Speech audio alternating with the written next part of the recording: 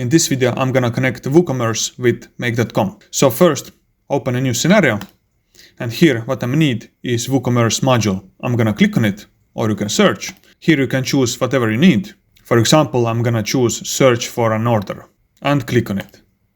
Then click create a connection.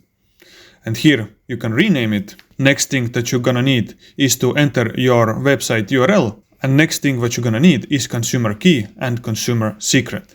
And to get that, go to your WordPress, click on WooCommerce. Here in WooCommerce, go to settings, click on advanced. And here in advanced, click REST API. And here you're gonna see other APIs that are already using APIs and their keys. And you can add a new API. I'm gonna click add API. Description, it is gonna be make.com. It is gonna have my user, and here you have also permission. And for make, I'm gonna put it on read and write and generate API key. So now it outputted me consumer key and consumer secret. I'm gonna copy this one, firstly consumer key and now consumer secret. And that's it here. If I click on REST API one more time, then it's gonna show me it is over here.